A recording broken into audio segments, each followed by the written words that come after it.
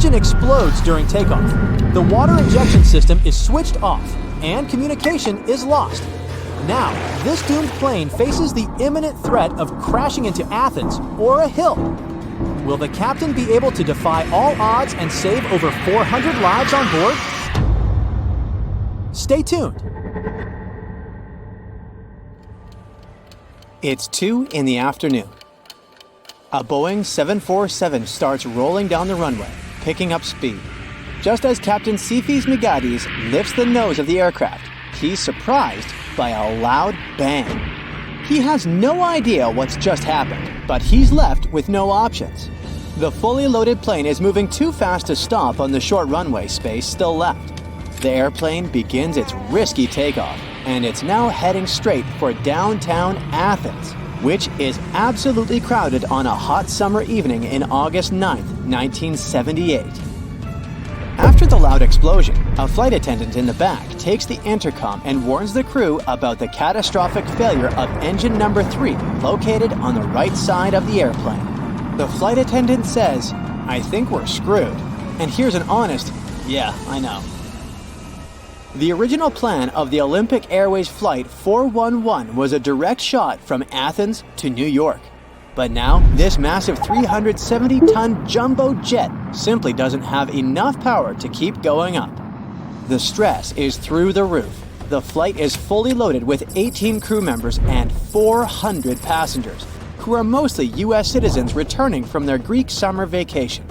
Little do they know that the pilot still has to face 4 major problems in a 93-second period to ensure everyone stays alive.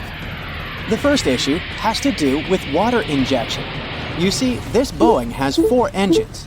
Engine number 3 has just exploded, and engine number 2 is operating with reduced power after maintenance. So the pilot needs the remaining engines to give their all to get this plane climbing. The thing is, pushing the engines to the max creates a ton of heat. So, Captain Megades asks the onboard flight engineer to double-check if the cooling system is on, preventing the engines from getting too hot and maintaining a safe temperature. It's a bit tricky to explain what went wrong at this point, but experts think that in the heat of the moment, the flight engineer might have gotten a little mixed up. Instead of ensuring the water injection is on, he does the opposite and switches the system off just 9 seconds after takeoff. This mistake further reduces the power in the engines, limiting the plane's ability to climb by causing a loss of 4,500 pounds of thrust. So now, the plane finds itself in a seriously bad situation, barely cruising over the rooftops at below minimum speed. The second issue with this doomed aircraft involves the landing gear. The 55-year-old pilot had already had over 30 years of experience when he was assigned to command this flight. So he decides to make a bold move by telling his co-pilot to pull up the wheels at 35 feet above the runway. This move isn't just risky, it's straight up against Boeing rules in situations like this. Pilots usually have to wait until the aircraft gains a bit more altitude to pull up the wheels, because popping those landing gear doors open for 15 seconds adds more resistance against the plane's forward motion. In other words, it basically slows the plane down, and that's why the co-pilot hesitates for a second before agreeing to break the rule. Against all odds, the 411 flight stays in the air, but the problems are far from over. This leads us to the third issue. The plane is getting dangerously close to hitting one of the oldest capital cities in the world, Athens. The flight started from Ellinikon International Airport. This was the main airport for the Greek capital for decades, and it was known as one of the trickiest and riskiest airports in the world. Picture this: 2 short runways, side by side, squeezed between the Aegean Sea and large mountains. Even though there were 2 runways, they mostly used just one, the one pointing planes straight at the center of Athens. Because of that, pilots had to make an immediate left turn right after takeoff, changing the flight path over the sea. Now you might be wondering, why doesn't Megades just turn left already? Well, the speed of the 747 is way lower than it should be at this point. If he makes a turn, the plane might descend even more. upping the chances of crashing right into the city. So, the captain decides to keep climbing, following a straight path while he's figuring out Plan B. Do you remember that the airport is surrounded by mountains? Well, this is problem number 4. The pilot knows that in about a mile, the airplane will face a hill that's about 200 feet tall. As Migades watches Pawnee Hill getting closer and closer, he decides to give up a few knots of airspeed to gain the altitude he desperately needs to fly over the hill. Migades feels relief when he sees that his risky plan has worked. The airplane flies over the hill with only 9 feet to spare. Yet, the relief fades quickly. He still needs to come up with an emergency landing plan. Imagine the cockpit eerily silent. They don't have contact with the tower anymore. While the two pilots are doing everything they can to keep Flight 411 from crashing, the flight engineer is still focused on fixing the problems with the engines. The terrain gets lower after the plane flies over Pawnee Hill, so the captain decides to lower the nose of the plane to trade a bit of altitude for speed. But nothing happens. In fact, the airplane's speed just keeps dropping, and they're barely exceeding an altitude of 200 feet. The plane is so low that it's even taking down some television antennas. It's around the height of a 14-story building named the Inter-American Tower. The airplane gets so close to that building that some flight attendants can actually see people's faces inside. A happy ending seems unreal as the plane is approaching a catastrophic collision with Mount Aigaleo, which is over 1,500 feet high. But suddenly, the engines kick in with more power and the plane starts picking up speed. Some specialists believe the acceleration was due to the combination of 3 things. The wind shifted, the temperature outside dropped, and the water injection system kicked back in. And the good news is that with more power in the engines, the pilot successfully gains altitude. By 2:05, Migades managed to turn left, avoiding a collision with Mount Aigaleo. The plane is heading towards the ocean. It keeps flying for over 30 minutes to dump fuel. The idea is to make the aircraft lighter before landing, as it's loaded with 160 tons of fuel needed for the transatlantic flight. After that, the captain brings the aircraft back to the same runway from which they took off, and they land safely at Alinicon Airport. Everyone on board is safe, not a scratch on them, all thanks to this pilot who bravely broke the rules to save his crew and passengers. Now, picture the wild applause on the ground, and Migades' daughters eagerly waiting for their father as he exits the plane. And it's no small feat, this pilot did the unthinkable. To put it in perspective, every Boeing simulation of this same flight ended in a crash. Migades' impressive achievement led Olympic Airways to modify some of its procedures, and Boeing began to include a review of this case in its training curriculum. Now, you might be thinking that Migades was traumatized after this accident and never wanted to board an aircraft again. But nope. Remember, we're talking about a real hero. At 6 p.m. on that same day, Migades took his seat in the cockpit of a replacement Boeing 747 and flew 400 passengers over the Atlantic to New York. As for the aircraft, it stuck around with Olympic Airways for a couple of years until it joined Trans World Airlines in 1985. This 747 Boeing's career ended in 1997 after 24 years of service.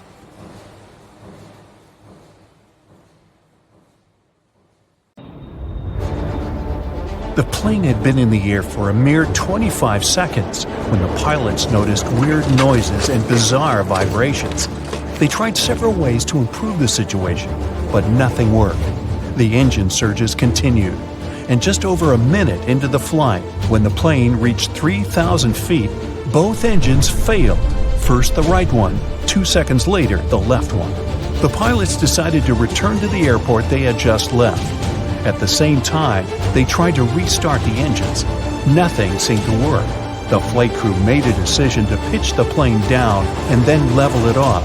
Perhaps it could help them gain some speed for the glide. But soon, they realized they wouldn't make it to the airport. Was the plane going to crash? That's when the miracle at Gotrura occurred. The morning before the flight started as usual. Regular pre-flight procedures, good weather. The members of the flight crew were experienced pilots. A 44-year-old Danish captain with over 8,000 flight hours under his belt, and a 34-year-old first officer from Sweden with 3,000 hours. So, what could go wrong? The plane itself was almost brand new. It was a McDonnell Douglas MD-81 nicknamed Dana Viking. It made its first flight on March 16, 1991. By that fateful day, the aircraft had been in service for a mere 9 months. There were 122 passengers and 7 crew members on board. Flight 751 Scandinavian Airlines was a scheduled flight from Stockholm, Sweden to Warsaw, Poland. On the way, the plane was supposed to make a stop in Copenhagen, Denmark. The aircraft took off from Stockholm according to its schedule at 8:47 a.m. local time. But by that point, the people inside had already been doomed, all because of a terrible sequence of events before the departure.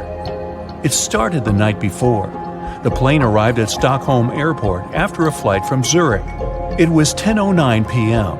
The aircraft spent the night at the gate outside. It was cold. The temperature dropped to 34 degrees Fahrenheit, just above freezing. What made the situation even worse was that almost 6,000 pounds of freezing cold fuel, chilled during the night, still remained in the tanks located in the wings. The fuel was so cold because the plane had been flying at the cruising altitude, where the air temperature outside the cabin varied from -61 to -80 degrees. The flight from Zurich lasted around 1 hour and 40 minutes. Soon after midnight, a flight technician came to check on the aircraft. The man had to remove some slush from the landing gear. Otherwise, he wouldn't be able to examine it. At around 2 a.m., when he was leaving, he noticed some ice covering the upper part of the wings. By the morning, the situation had become even dire. A layer of clear, almost invisible ice had formed on the tops of the wings. The plane had to leave the gate at around 8:30 a.m. An hour before the departure, the mechanic responsible for the plane noticed that some ice covered the underside of the wings. He decided to make sure there was no ice on the tops of the wings. He climbed a ladder and put one knee on the wing. Then he bent forward to touch the front part of the wing. There was no ice, just some slush. The mechanic decided to make sure everything was fine with the air inlet of one of the engines. He didn't find anything abnormal. Soon after that, the personnel used more than 220 gallons of de-icing fuel to remove ice from the plane. The mechanic consulted with the captain of the aircraft and ordered the staff to de-ice the underside of the wings as well. After all, he had seen some ice there. But no one thought to double-check if there was clear ice on the tops of the wings. After they had finished the procedure, the mechanic reported to the captain, "We're done here. De-icing finished. There was a lot of snow and ice, but everything's clear now." The captain thanked the mechanic and carried on with the pre-flight procedures. The plane taxied to the runway. Its engine's anti-ice systems were switched on and didn't show any malfunction. But several passengers later claimed they had seen ice sliding off the upper side of the wings while the plane had been taking off. And still, the plane left the ground and headed for Stockholm as usual. But shortly after the takeoff, several pieces of the overlooked ice broke off. At full speed, they slammed into the fans of the engines near the tail on both sides of the plane, ruining the blades. It led to a series of surges, and the rest is history. Meanwhile, somewhere in the cabin, Scandinavian Airlines flight captain Per Holmberg, who was on board as a passenger, noticed something was amiss. At first, he informed the flight attendant sitting in the rear jump seat that the right engine was surging. She tried to contact the flight crew, unsuccessfully. Then, the ununiformed captain rushed to the cockpit and asked if he could help the pilots. The first officer gave him the emergency checklist, and the captain asked him to start the auxiliary power unit, a small gas turbine in the tail of the plane. Holmberg's advice and help were invaluable, but was it enough to save the plane and the people inside? When the plane emerged from the cloud cover at an altitude of 890 feet, The pilots realized they wouldn't have enough time to make it back to the airport. An immediate emergency landing was unavoidable. The assisting captain passed the order to the cabin crew, and they started preparing the passengers. There was a large field to the north of the plane, but the captain realized they didn't have enough time to reach it. So he chose a much smaller field in a forested area in the direction of flight. It was not far from the village of Gotrura in Uppland, Sweden. The plane was just 1,300 feet above the ground when the assisting captain started extending the flaps. At a height of 183 feet, the captain reported to Stockholm Control, "We're crashing to the ground." 7 seconds later, the plane hit several trees and lost a huge chunk of its right wing. By that time, the landing gear had already been extended and the speed had decreased to 139 miles per hour. Moments later, the plane's tail struck the ground and broke off. The aircraft kept sliding across the field, still at high speed. It traveled 360 feet, with its main landing gear leaving marks on the field. At one point, the plane lost the main and nose landing gear. Its fuselage broke into 3 parts. Miraculously, there was no fire. If you look at the pictures from the crash site, the plane torn into pieces, with its parts scattered across the field, it's hard to believe that all 129 people on board the plane survived. It seems like a miracle, but it was also thanks to the flight attendants' quick reaction and the correct instructions they gave the passengers. They didn't panic and told the people to adopt the brace position just in time to avoid fatalities. Even more surprising, almost all passengers, except for 4 people, made their way out of the plane on their own. No wonder this accident was nicknamed the Miracle. The aircraft, though, wasn't as lucky. The 9-month-old plane was damaged so badly that it was an immediate write-off. Everyone praised the actions of the flight crew. The landing was incredibly skilled, especially in such a fast-developing, very dangerous situation. The captain himself admitted that few pilots were ever forced to put to the test the skills they got during training, at least not to this degree. He said he was proud of his crew and relieved that everyone had survived, and he never returned to piloting commercial planes. It only takes a moment for a routine flight to turn into a gripping survival story.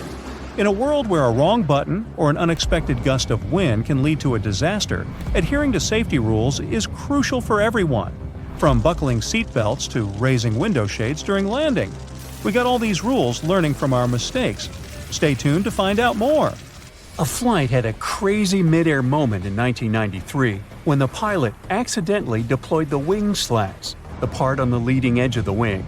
Now, the weather was fine, passengers were relaxed, everyone was doing what they wanted. Suddenly, they felt an unexpected jolt. Instantly, the autopilot disengaged. The captain started wrestling with the controls. The plane became wonky, pitching and rolling dramatically, resulting in a rapid descent of 5,000 feet. The vibration threw the cabin into total chaos, with passengers screaming in fear. The slats were only to be used during takeoffs and landings, not in midair. It was China Eastern Airlines Flight 583, cruising over the Pacific on its way from Shanghai to Los Angeles. The pilot declared an emergency and directed the plane to an Air Force base in Alaska. Out of the 255 people on board, 60 ended up in a hospital, and sadly 2 didn't make it. The pilot made some quick moves to stabilize the aircraft, but the injuries happened because folks weren't buckled in. They reckoned that the slats deployed because of the design of the control handle. The company was to blame for that. They produced it in such a way that the handle could accidentally get jiggled while cruising. Luckily, the crew was trained, and the airliner itself was fine, except for the messed-up cabin. The aftermath of this incident was costly, requiring about $1.5 million to repair the damage. When the plane started to lose altitude, overhead lockers burst open, and the safety video played 3 times for an eerie touch. Once the aircraft steadied, flight attendants jumped into action, providing first aid, leaving empty kits scattered in the cabin. It turned out that the poorly designed slat control handle had caused 11 similar incidents before. The captain probably nudged it accidentally while fixing the speed controls. The lack of pilot training on high-altitude issues and the stall warning system made things worse. If the passengers had kept their seatbelts on, injuries would have been way less severe. This has been the case during many other accidents. You probably know this airplane announcement. Even when the seatbelt sign is off, buckle up when you're seated. Experts say it's a good call. While flying is safe, keeping that seatbelt on is smart because you might hit unexpected turbulence. It's about keeping you secure during that bumpy, jarring time, especially that sneaky one during stormy weather. Sarah Wilson, the president of the Association of Flight Attendants, thinks the seatbelt sign should be turned on throughout the entire journey. Predicting turbulence is like trying to guess the weather. It's not 100% accurate. Turbulence can happen anywhere. Aircraft are tough. They can handle really bad turbulence. The real risk is getting injured during turbulence, not planes falling apart. It's rare, but accidents still happen. In a dramatic episode in 2016, a pilot pulled off a superhero move, saving 439 lives. He was getting ready for takeoff in Shanghai. All of a sudden, another plane showed up on the runway in front of him. Reacting with lightning-fast speed, the pilot swiftly elevated his plane, narrowly avoiding a disaster. The pilot was awarded $360,000 for his remarkable skills. He missed the other plane by less than 67 feet, about the length of a semi-trailer truck. It turned out that the air traffic controllers and the landing crew had mixed things up. 2 controllers lost their licenses, and 13 others got in trouble. They say this incident was like a throwback to the Tenerife airport collision in 1977. Back then, 2 jumbo aircraft collided on a foggy runway. They didn't get lucky that time. The incident was a total disaster. Certain accidents in aviation history prevented others. With each crash, something crucial is upgraded. In 1956, 2 planes collided over the Grand Canyon, resulting in the tragic loss of 128 lives on board. This accident kick-started a $250 million air traffic control system enhancement. The Federal Aviation Agency also appeared in 1958 to keep an eye on air safety. Then in 1986, a private plane accidentally entered the Los Angeles control area, colliding with another aircraft. This tragedy took 86 people's lives. In response, collision avoidance systems were introduced. In 1978, United Flight 173 faced a landing gear problem. This led to a crash that claimed 10 lives. This incident triggered a transformation in cockpit training, introducing cockpit resource management. This management method shifted away from the traditional captain-centric approach to emphasizing teamwork and communication among the crew. Another upgrade was about averting in-flight emergencies. In 1983, Air Canada Flight 797 had smoke in the rear lavatory, which led to an accident that took 23 lives. The FAA responded by requiring smoke detectors and automatic fire extinguishers in aircraft lavatories. Post-1998, planes got retrofitted with fire-blocking seat cushions and floor lighting, with newer ones adopting flame-resistant materials. Winds can be dangerous in certain circumstances. The crash of Delta Flight 191 in 1985 brought attention to the dangers of wind shear. Research efforts by NASA and the FAA led to the development of forward-looking radar wind shear detectors. By the mid-90s, these became standard on airliners. The number of wind shear-related accidents has reduced significantly since then. In 1985, United Airlines Flight 232 faced a nightmare when the DC-10's engine failure left it virtually uncontrollable. Pilot Alfred Haynes landed the plane at a nearby airport, but the subsequent fire was terrifying. 185 passengers survived the catastrophe. The root cause of the incident was a crack in the fan disc, which occurred during the manufacturing of the titanium alloy. This incident prompted the FAA to modify the hydraulic system, implement redundant safety systems in future aircraft, and revolutionize engine inspection protocols. In 1988, a big chunk of an Aloha flight's fuselage ripped off in mid-flight. In an instant, the cabin was torn open, leaving the passengers exposed to the open sky. Despite the chaos, the pilots managed a safe landing, with only one fatality. The NTSB found that corrosion and fatigue damage, which had accumulated over 89,000 flight cycles, had caused this accident. The plane had been used for short-hop pressurized flights between the Hawaiian Islands. Shortly after, the agency initiated the National Aging Aircraft Research Program in 1991. This program tightened inspection and maintenance standards, especially for high-use and high-cycle planes. About 80% of mishaps happen in the first 3 minutes after takeoff or the last 8 minutes before landing. Keep your eyes peeled during these times, and your survival chances will go up. Now, don't let that freak you out. The odds of actually getting into a plane crash are like 1 in 11 million. That's the same possibility as being struck by lightning in a given year in the United States. Planes, on the other hand, often get struck by lightning, but they're built to handle it. Each plane probably gets zapped about once every year or every 3,000 hours it's up in the sky. But there hasn't been a lightning-related accident since 1967. Engineers have ensured that when a plane gets hit, the lightning just zips right through it and out, without really messing up anything inside. Let's delve into the fascinating mechanics of how planes stay airborne. The wings are important, but it's not just about them. There are 4 forces at play: lift, thrust, drag, and weight. The little tails on the ends of wings are called winglets, and they help reduce air swirls, making the aircraft slicker and faster. There's a reason why lights dim when a plane lands at night. It prepares everyone for a quick evacuation, helping the eyes adjust to the dark should the landing go awry. You're in a bright room filled with obstacles, and suddenly the lights go out and you're asked to dash for the exit. Tricky. Flight attendants also ask you to raise those window shades during landing. In case of an emergency, they want you to be able to see what's outside and figure out if one side of the plane is better for a quick escape. If you're wondering where the safest spot in an airliner is, it's in the back.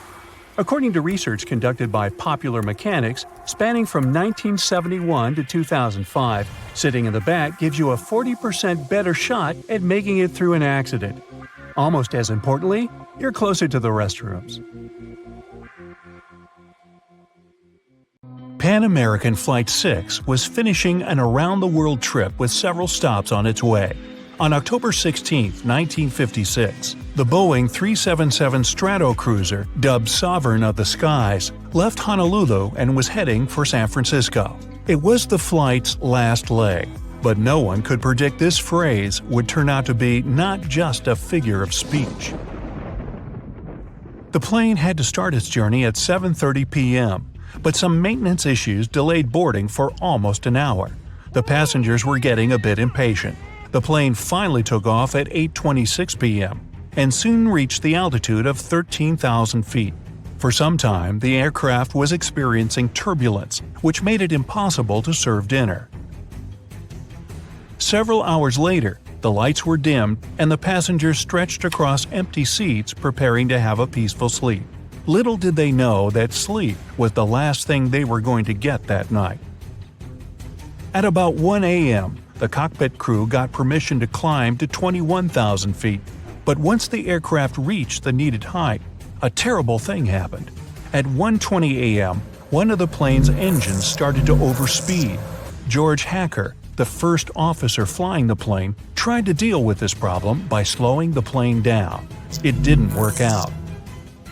This made Captain Richard Ogg cut off the oil supply to the engine altogether. After a while, the engine conked out, but its propeller kept windmilling in the airstream. It caused the aircraft to start losing precious fuel and seriously slowed down its speed.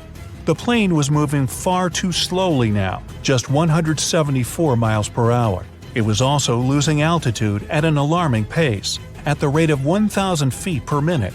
The 3 remaining engines were struggling, trying to decrease the breakneck speed of the descent. At least, they were still functioning. It made the pilots feel somewhat hopeful. But all of a sudden, the captain noticed that the 4th engine started to fail. It was producing just a bit of power, even though it was working at full throttle. At 2:45 a.m., the unavoidable happened. The 4th engine started to backfire, and the pilots had to shut it down. Now the plane had only 2 working engines and was moving more and more slowly. The crew calculated how much fuel the aircraft was consuming, and a heavy silence filled the cockpit. The pilots had nothing to do but face the awful truth. The plane didn't have enough fuel to reach San Francisco. Neither could it return to Honolulu. Captain Ogg sent a radio message to the U.S. Coast Guard. Pan Am 90943, Flight 6, declares an emergency over the Pacific. At that time, a Coast Guard cutter was always on patrol between Hawaii and the California coast. Such ships passed on radio messages to the nearest airplanes and provided them with weather information. They were usually placed near the points of no return. Those were the areas where a plane would have already burned so much fuel that it wouldn't have a chance to turn back if something went wrong. That night, the Coast Guard cutter was the 255-foot Pontchartrain, and William Earl was the commander. The plane headed toward the ship and leveled off at an altitude of 2,000 feet. Then it started to fly above the ship in 8-mile circles, waiting for daylight. It was crucial to see the surroundings because the pilots had to keep the aircraft's wings level with the ocean, and it would be impossible in the dark. During the day, it would also be easier to rescue all the passengers. The captain's decision to ditch the plane carrying 24 passengers and 7 crew members wasn't an easy or hurried one. He had to weigh numerous factors. Should I get rid of the fuel to make the plane lighter? Should I land now or wait until daylight and better visibility? But one thing was crystal clear. Having lost 2 engines, the plane was burning the fuel too fast. There was no other solution but to ditch into the ocean. As the Stratocruiser was circling the Coast Guard cutter, it managed to climb from 2,000 to 5,000 feet. It caused the plane to consume more fuel and become lighter, which was a good thing. The lighter the aircraft, the longer it would float on the surface. Plus, it lowered the risk of fire after a crash landing. The captain knew about an accident that had happened with another Pan Am Stratocruiser. That time, the plane's tail broke off. That's why Captain Ogg asked the passengers in the back to move toward the front part of the plane. Those who were sitting by the engines had to relocate too. Flight attendants removed all loose objects in the cabin and explained to the passengers what to expect. Since the problem started, the crew members had been doing their best to calm down the terrified people. When the passengers found out the plane was going to circle and wasn't landing in the dark, they were hugely relieved. Another comforting thought was that the Coast Guard cutter was out there, ready to provide them with as much help as possible. Luckily, the weather was good, and the ocean was very calm.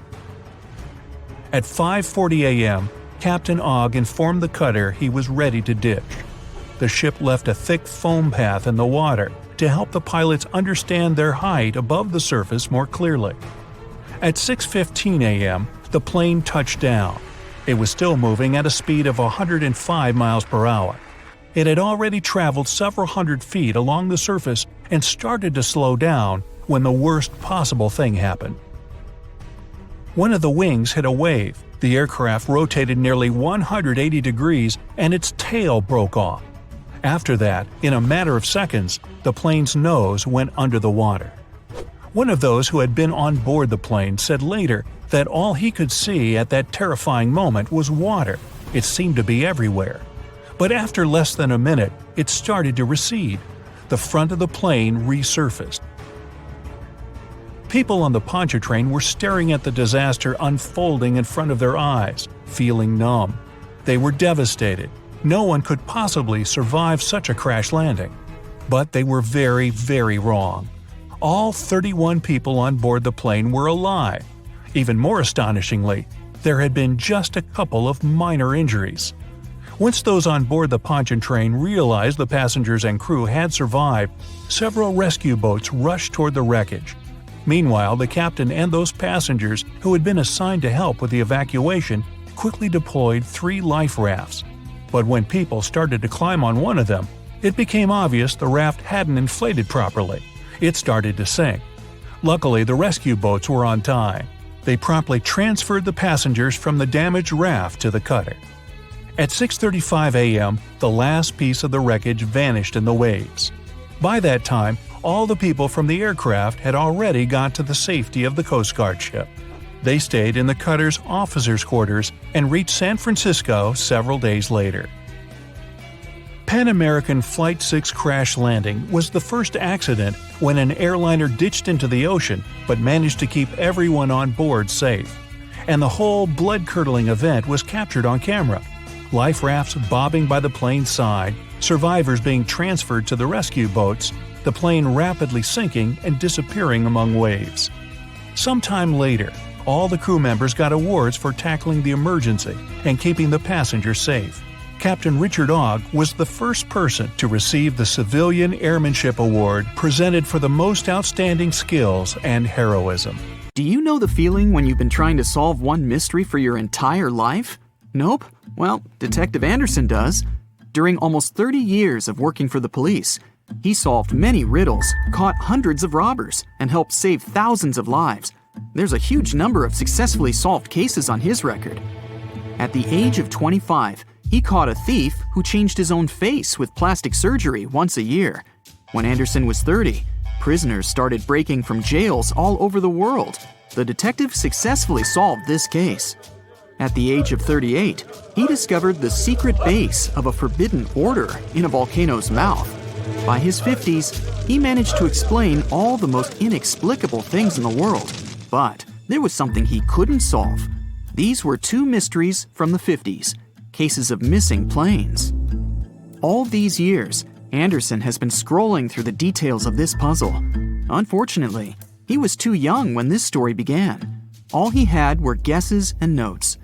But today, a sudden thought struck him.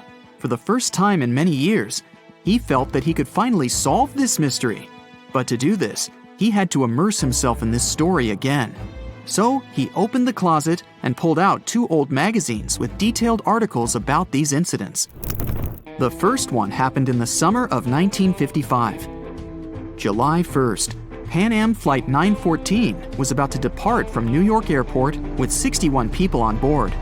The plane model was a Douglas DC-4. It differed from modern aircraft, having giant propellers instead of turbines. So, all passengers fastened their seatbelts.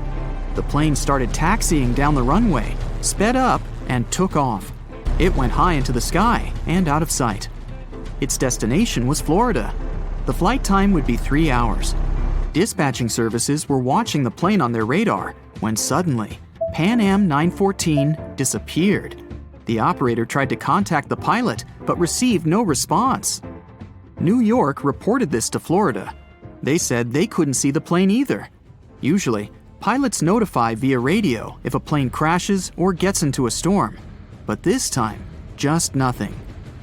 After several unsuccessful attempts to establish the connection, they deployed large-scale search operations. Communication with the plane was interrupted when it was flying over the Atlantic Ocean. Therefore, the air company had to admit the aircraft crashed into the water. But this version had no proof. When planes fall that way, rescuers find floating debris. Some parts of the cabin or luggage always get to the surface. This time, rescuers found nothing. The plane didn't transmit any distress signals and didn't leave any traces of the crash. It seemed like it just disappeared into thin air. People forgot about this disaster for 37 years. And then, something bizarre happened. 1992, Venezuela, Caracas Airport. The control tower received a signal about an unknown aircraft approaching them. It was weird because it wasn't supposed to be there. There were no flights scheduled for that time. The plane was landing. The dispatcher and the rest of the airport staff understood that something was wrong here. The plane looked old, with huge propellers instead of turbines. After landing, the pilot contacted the airport. Where are we? The dispatcher asked him to identify himself. A few seconds later, he received an answer. We are Pan Am Flight 914 departed from New York to Florida with a crew of 4 people and 57 passengers on board. The dispatcher didn't know what to do next. He and the airport staff understood what kind of plane they were looking at. What was this plane doing 37 years later and almost 1,240 miles away from its destination? After a few seconds, the startled dispatcher turned on the microphone and said, It is September 9th, 1992. You know that? A long pause followed. Then, the pilot responded in a panic. Oh no. Jimmy, where are we? No! Stay away! Let's go now! The airport staff saw the pilot waving his hands in horror through the glass. Then, he started the engines and took the plane to the runway. Pan Am 914 increased its speed and took off. The dispatcher tried to stop him, but the pilot didn't respond. The plane disappeared into the sky, and no one else had heard of it since that day. Detective Anderson finished reading the article. He frowned and looked out the window. Raindrops were hitting the glass. The storm outside perfectly depicted what was happening in his mind at that moment. He seemed to know what had happened to that plane. All the clues were there, lying right in front of his eyes. But to know for sure, Anderson had to move on to the next case. It was another article, dated 1989. It happened in 1954. Santiago Airlines Flight 513 took off from West Germany Airport. The plane was due to land in Brazil in 18 hours. There were 88 passengers and 4 crew members on board. The plane hid behind the clouds and disappeared from all radar. Air traffic controllers were trying to contact the pilots, but didn't receive a response. 18 hours later, they called the airport in Brazil. Those dispatchers couldn't confirm this plane's landing and couldn't contact the pilots either. The search operation lasted for several months, but they found nothing. Just like in the Pan Am 914 case, the plane disappeared from radar while flying over the Atlantic Ocean. 2 years later, the search operation ended, and Santiago Airlines ceased its activities. October 12, 1989. Airport controllers in Brazil noticed a passenger plane that suddenly appeared on their radar. It didn't answer the airport staff's questions and just circled over the airbase. After a few minutes, the plane landed and nothing. No one opened the ramp. Passengers didn't get out. Pilots didn't respond. The aircraft was in perfect condition. One of the dispatchers realized that this was the missing Santiago Airlines Flight 513 that had been considered lost for 35 years. Airport staff approached the plane and opened the doors. What they saw there terrified them. The police, customs staff, doctors, detectives, and other airport staff members gathered around the plane. No one knew what to do next. There was no living person on board who could tell the truth.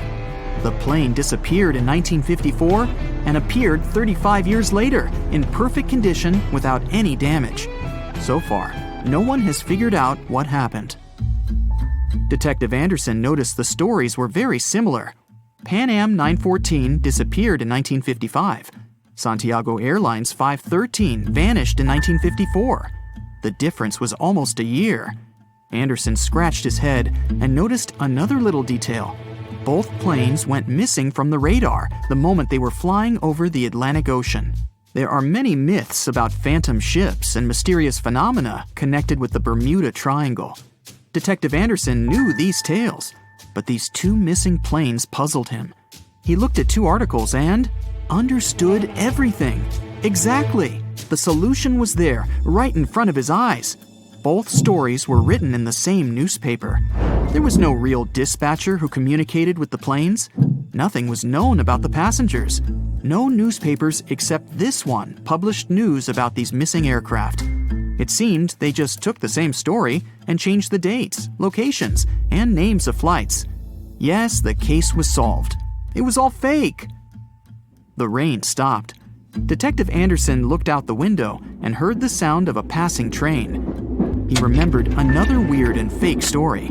A story about a phantom train. It took place in Italy in 1911. 100 passengers boarded the train of the Zanetti Railway Company. It went through the picturesque mountainous area, got into a mountain tunnel, and disappeared. No one else had seen the train since then. All the passengers were lost, but not for long. They appeared in the past. There were records dated 1845. One unknown doctor from Mexico City wrote about 100 Italians who appeared in the city from nowhere. They were all dressed strangely and talked about one mysterious train. This was a completely made-up story. There was no proof or records about this train and the people who got into the past. A loud sound interrupted his thoughts. Detective Anderson picked up the phone. He was silently listening to the person on the other end of the line. A minute later, he answered, "Yes." The detective put the phone down. It was a new mystery for him. In the Sahara Desert, the locals noticed a huge ship lost in the South Pacific 27 years ago. There was no crew on board, no cargo, and no flags. No one knew how it appeared among the sand, but wet mud formed around it because of moisture. It seemed like the ship had just teleported there from the water. Perfect! No fakes this time. Detective Anderson put on his hat and left the office. But this story is for another video. What's up? Feeling anxious while landing? Hey, there's no need to worry, even if you land in such a particular place as Bhutan. Thing is, the terrain here is so extreme, it makes it super complicated to land. What's interesting about flying there is that there are really few pilots out there who are certified to land in Bhutan. Yeah, zigzagging toward the ground sounds like a real quest. Bhutan Paro International Airport is often named one of the world's most dangerous airports. In the whole world, there are only 2 airlines that fly to this airport. About 10 years ago, there were only 8 pilots who were permitted to fly there, but today the number is a bit bigger. But even so, there's something even tougher than Bhutan Paro International Airport.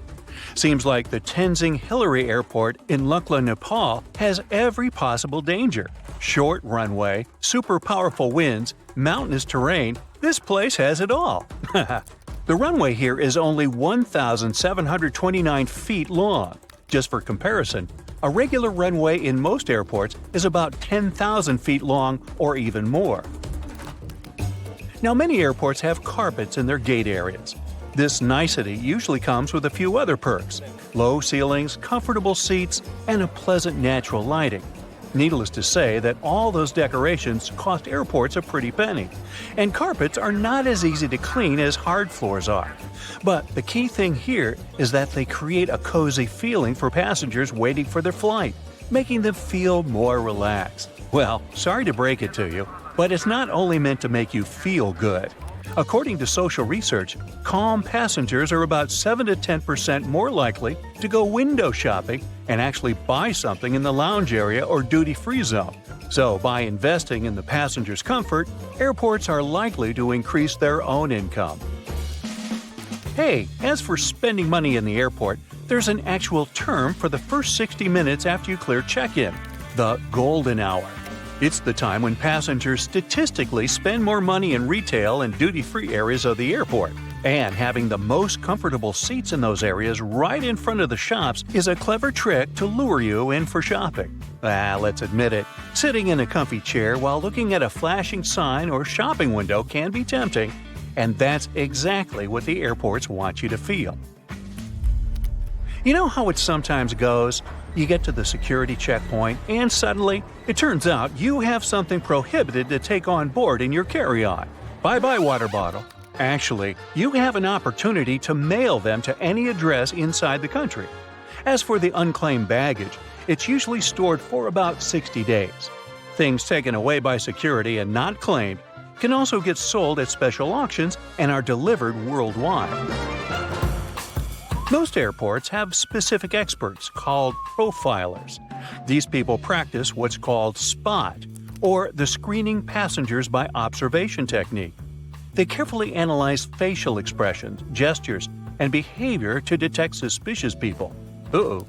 Their job is to notice the nonverbal signs of anxiety, such as people licking their lips, itching, or looking around a lot. If a profiler notices a person acting in a weird or off way, they can invite them for an inspection, where they will talk to the person to try to find out more about them. Profilers work in both the main terminals and passport control.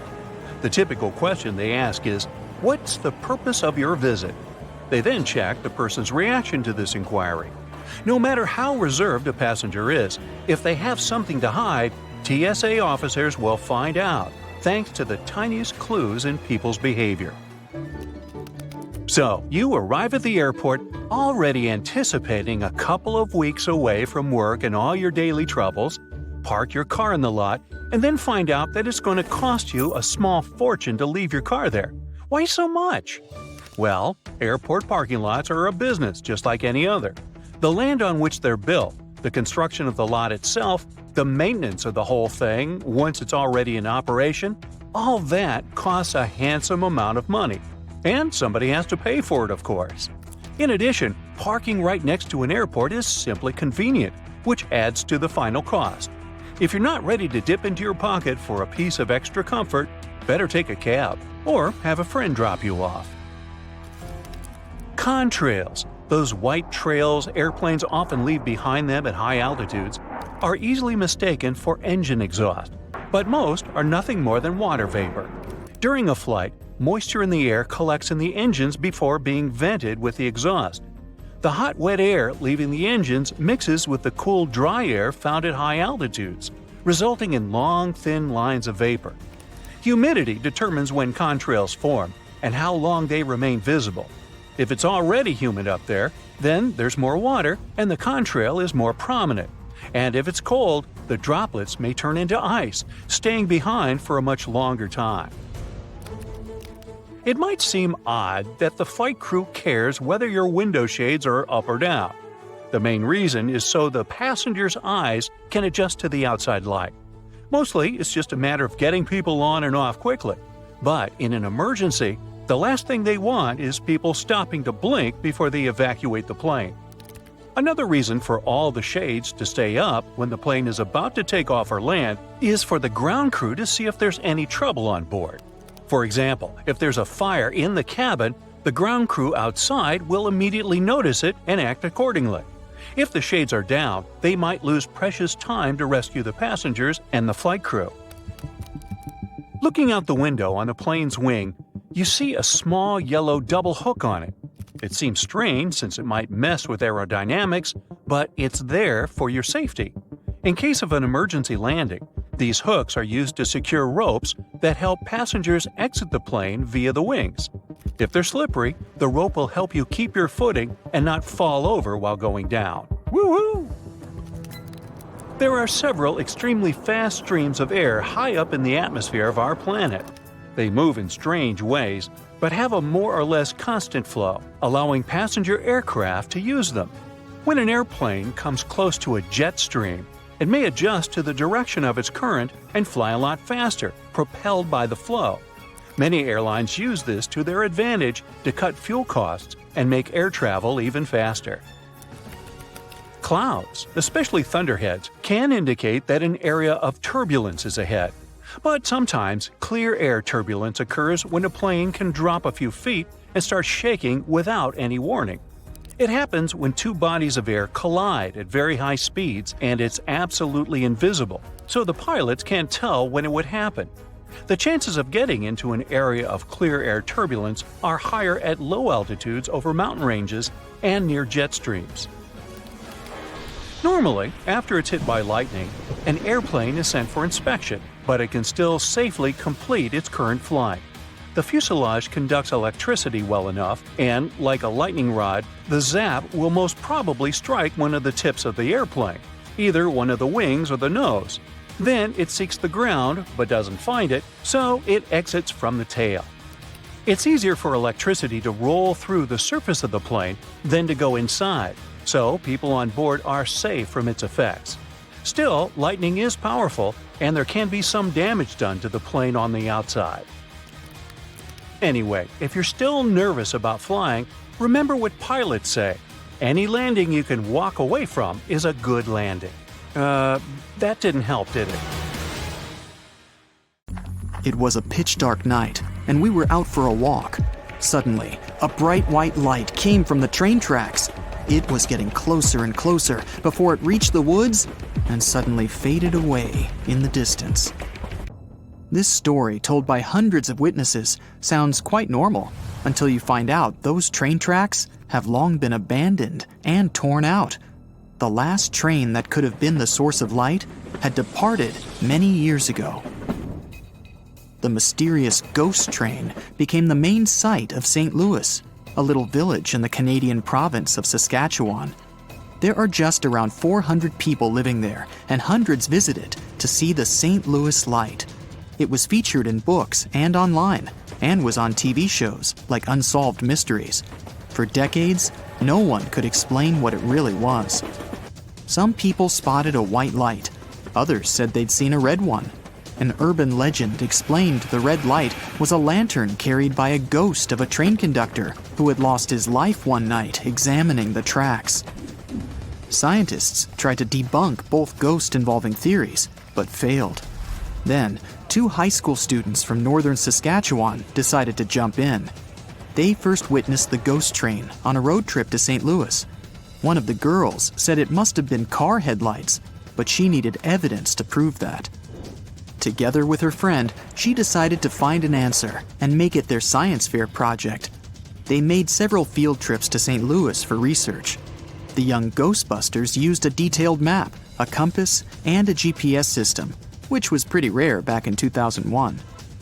The girls found the location from where the ghost light was seen best of all. Then, they drew a straight line on the map to where the light was coming from and marked all roads next to or on the line. One of the girls' father agreed to help them. He parked his car at various locations near the lines and flashed his headlights. The girls didn't see them, as all the places seemed to be too low. Finally, they found a short hilltop highway stretch. For 20 minutes, the dad was flashing his lights on and off, and every time the lights went on, the girls could spot the ghost train. When he turned the car around, they saw the mysterious red light as well. The spot was rather far away from the track, so it was possible to see it thanks to diffraction. The light passed through a little opening, maybe the trees, and became larger. The smart girls received gold medals at the science fair for their project. 10 years later, a similar story happened in Anson, Texas. Each night, the locals noticed a mysterious light at one spot of the highway. They called it Anson Light and believed it was a mother with a lantern searching for her son. He'd disappeared in a snowstorm a long time ago. His mom went looking for him and never came back either. A group of students didn't believe in this beautiful story and decided to find the source of light with their iPhones. They followed Google Maps down the dirt road to a highway that they thought to be the light source. Halfway to the light, it was already clear it was really coming from cars, and not a mother with a lantern. It's easy to be a Ghostbuster outside with your friends, but what if you had a ghost in your own home? This is what happened to a family who moved into an old house in 1921. The house was huge, with gas lights, no electricity, and many passageways. Just a classic movie haunted house. One morning, the lady who went down in records as Mrs. H heard footsteps over her head when she was home alone. She rushed upstairs and found an empty room. She checked every room and also looked one floor up. It was all empty. Then, she started hearing strange noises when she was in bed at night. It sounded like someone was moving furniture and china and sighed in the silence. Whatever was haunting the family was getting braver and braver. It followed them along the halls. It felt like it was about to approach them and come into contact. One of the children of Mrs. H once ran into her room and asked why she was calling him. She said it must have been the wind, but the child was positive it was someone's voice. The plants didn't live long in that house. Finally, the scariest thing happened. Mrs. H woke up one night and clearly saw a man and a woman in her room. She had to stop it all somehow, so she asked her brother-in-law for help. He did his research and suggested it could be a carbon monoxide leak. This colorless, odorless, and tasteless gas had caused similar visions in other people. When they checked the gas, they found the gas was coming out of the furnace and into the room instead of going out through the chimney. It gave the family headaches, hallucinations, dizziness, and other unpleasant symptoms. Some ghosts leave fingerprints behind, or so says the San Antonio legend. According to it, in 1938, a school bus was driving through a rough snowstorm and got stuck on the train tracks. When the train crew saw the bus, they did their best to stop, but it was impossible to avoid the collision. No one in the bus had survived in that accident, and ever since, The ghosts of those people are protecting others from the same fate. Hundreds of people have visited the spot ever since to play with destiny. They leave the car in neutral on so-called ghost tracks and wait for the ghosts to come and help them out. Some people put baby powder on their cars to have fingerprints as evidence. And they do see the fingerprints once they get out of the car. Turns out there's a logical explanation for this one as well. There's an incline on the tracks, so when the car moves a bit, you can see your own fingerprints in baby powder. And the original story that inspired the legend didn't even happen in San Antonio, but in Salt Lake City, Utah. Something unexplainable was happening on the campus of Coventry University in England. Whoever visited the 14th century cellar ran out of it in fear. They said they'd seen a ghost of a woman. One lecturer at the school, who was also a part-time ghostbuster, decided to debunk the mystery. He was once working at his lab when he felt the presence of someone else. He was brave enough to do research in the cellar and found out the reason for all this madness was what he called the fear frequency. The levels of sound frequency in the cellar were so high that they made people see optical illusions, feel anxiety, and get chills down the spine. A similar effect makes you hear humming of a glass when you're running a damp finger on it. A small village of Kalachi in Kazakhstan has become home to a unique, mysterious sickness nicknamed the Sleep Hollow. Back in 2013, the first villagers got affected by it. They were doing their regular routine, biking, going to work, or chatting with friends, when suddenly they'd fall asleep. It all looked similar: slurred speech, lightheadedness, and then boom! Some of them only woke up after 6 days of loud snoring. And when they did, they didn't remember anything that happened to them and experienced weakness and headaches. The Sleeping Beauty-style sickness affected people of all ages, including kids, and even a cat named Marquise. Its owner said the cat started attacking walls, furniture, and the family dog. Then it dozed off and was snoring like a human for hours. More than 150 people got the Sleep Hollow in 3 years. Doctors and sleep disorder experts struggled to find a solution.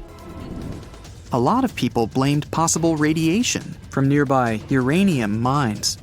Kazakhstan's doctors checked over 7,000 homes, but found the radiation levels weren't high enough to cause it. They also checked water supply in the area for heavy metals and bacteria, and it was all right as well. Then, the former head of the uranium mine suggested the gas was seeping through the ground. Scientists tested this theory, and it turned out to be the answer. The dangerous gas was in the air, and it took down the amount of oxygen, making people fall asleep. Families started moving out one by one from that Sleepy Hollow as soon as the mystery had been solved. There are so many ways to make airplanes safer. For example, they could have ejector seats so that every passenger could be rescued. In reality, though, it's way more difficult than it sounds. If there were ejector seats, your trip would be very different. Everyone would have to be strapped into a seat with a harness to make sure they wouldn't fall out of it. Then you would have to wear an oxygen mask all throughout the flight. An emergency can occur at any time. Then, ejection in itself is a big pressure on your body. Even fighter pilots who are physically prepared can still suffer severe injuries. For an average person, this process wouldn't be safe. So, however cool it sounds, ejection seats aren't very practical and are actually quite dangerous. Okay, well, at least they could have a parachute for each passenger. But this wouldn't be very useful either. Parachutes only sound like they can save many lives. First, having them isn't efficient. They're very costly and heavy. So a plane would need to burn more fuel while flying if there were parachutes on board. It would all be worth it, though, if parachutes could make an actual difference to the safety of people, but they can't. Commercial planes aren't designed in a way that would make it safe to jump out of them, especially with a couple hundred people on board. Next, passengers aren't trained to use them. Imagine there's an emergency. The plane is falling, and 200 people are trying to deal with a parachute for the first time in their lives. It would be an absolute mess. Lastly, it's not safe to jump from the high altitudes planes fly at. So, oxygen masks, life vests, and boats are the best life-saving equipment, and every plane has those. You know those huge engines that they have under the wings? Yeah, look at them. They don't look safe at all. Birds can get pulled in, and it actually happens. They could at least put a grate in front of the rotating parts to prevent birds from getting in there. Turns out those engines pull inside huge amounts of air, and this is crucial for them to work properly. The more air gets swallowed, the more air gets compressed, mixed with fuel, and burned. And then, more of it gets pushed out from the other side, keeping the plane going. A cover at the front would be a barrier, significantly reducing the air inflow that is crucial for the proper work of the engines. And this would endanger the passengers. But hey, don't be too upset. Birds fly way lower than planes do, so they're only in danger for a few minutes at the beginning of the flight while the plane is climbing altitude, and at the very end when the plane is landing. So very few of them ever get pulled in, and if they do, it's never a threat to the engines or passenger safety. Planes also don't change up the gears like cars do, so technically they can't go backwards. The reason for this is that planes don't need to go backward. They can just turn around and move in the opposite direction, but face first. The only time when they need to move backward is when they have to get to the gate. And for those times, there's help. Pushback tractors. Those are small vehicles that can connect to airplanes and move them in the required direction. Watch out for those next time you fly. But technically speaking, planes can go backward if the engines start pushing the air forward instead of backward. But this is very dangerous for everyone around. One of the very few cases when they do it is during landing, to help slow the airplane down. There are cameras on the outside that let pilots navigate taxiways better. They come in especially handy during tricky maneuvering. But do you know there are also cameras in airplane cabins? You can relax, there are no cameras in the lavatories. But yes, they are there in the cabin, and for security reasons only. Flight attendants monitor them to see what's not visible from their own seats. Of course, flight attendants can check everything just by walking down the cabin, and that's exactly what they do most of the time. So, cameras are mostly used during takeoff and landing, when everyone, including flight attendants, is supposed to sit down, as those are the most dangerous stages of a flight. Notice that it's exactly during these stages that the rules are particularly strict. All electronic devices should be turned off or put on airplane mode, and big electronic devices should be stored away. Window blinds should be raised and tables folded. Seats should be put in the upright position. You need to have your seatbelt fastened, and so on. This is all done for safety and to ensure fast evacuation in case of emergency. So let's discuss these rules. Airplane mode on electronic devices is important to make sure that the signals that devices transmit don't interfere with the plane's electronic systems. If they interfere, they will block the radio's frequency pilots need to get their instructions. Do you remember that clicking sound a speaker makes right before your cell phone gets a call if the two devices are close? This is the sound pilots might hear while communicating with air traffic control. Now, putting away large devices like laptops is important because they might turn into obstacles if you need to get out of the plane fast in case of an emergency. All the pathways should be as clear as possible. This is why everything should be packed away, seats straightened, and tables folded. There should be nothing blocking anyone's way. And lastly, window blinds. The lights on the airplane get turned off too. Those two things are done to make sure your eyes get used to the natural light outside the aircraft. Imagine it's night, some emergency happens, and the lights that were left on suddenly go off. People need to evacuate as fast as possible, but their eyes aren't adjusted to the dark yet, and they can't see anything. This will slow everyone down. If the lights inside are out, people get used to the darkness and will be able to evacuate faster. The same goes for window blinds. If it's day and they are raised, people are used to the light outside and can evacuate faster. Another reason is that when blinds are raised during landing, people outside can see what's going on inside the plane. For example, if there's fire or smoke and where exactly. This way, they can plan the evacuation process better. Also, you might have noticed black triangles drawn above some windows on the airplane. These triangles mark the seats from which the view on the airplane's wings is the best. It's needed for the crew to find the spot as fast as possible if, in case of emergency, they need to inspect the engines, slats, or flaps.